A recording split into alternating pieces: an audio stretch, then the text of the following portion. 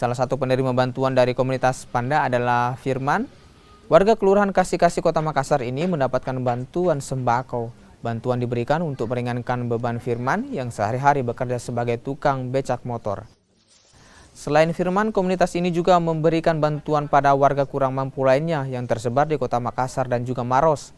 Selain warga, bantuan juga diserahkan atau disalurkan ke kantor lurah dan juga panti asuhan yang kemudian disalurkan pada warga lain yang kurang mampu di sekitarnya.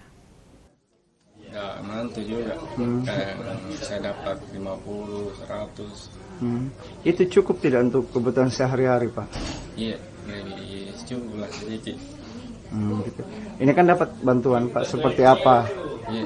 Apa merasa senang atau? Ya, senang.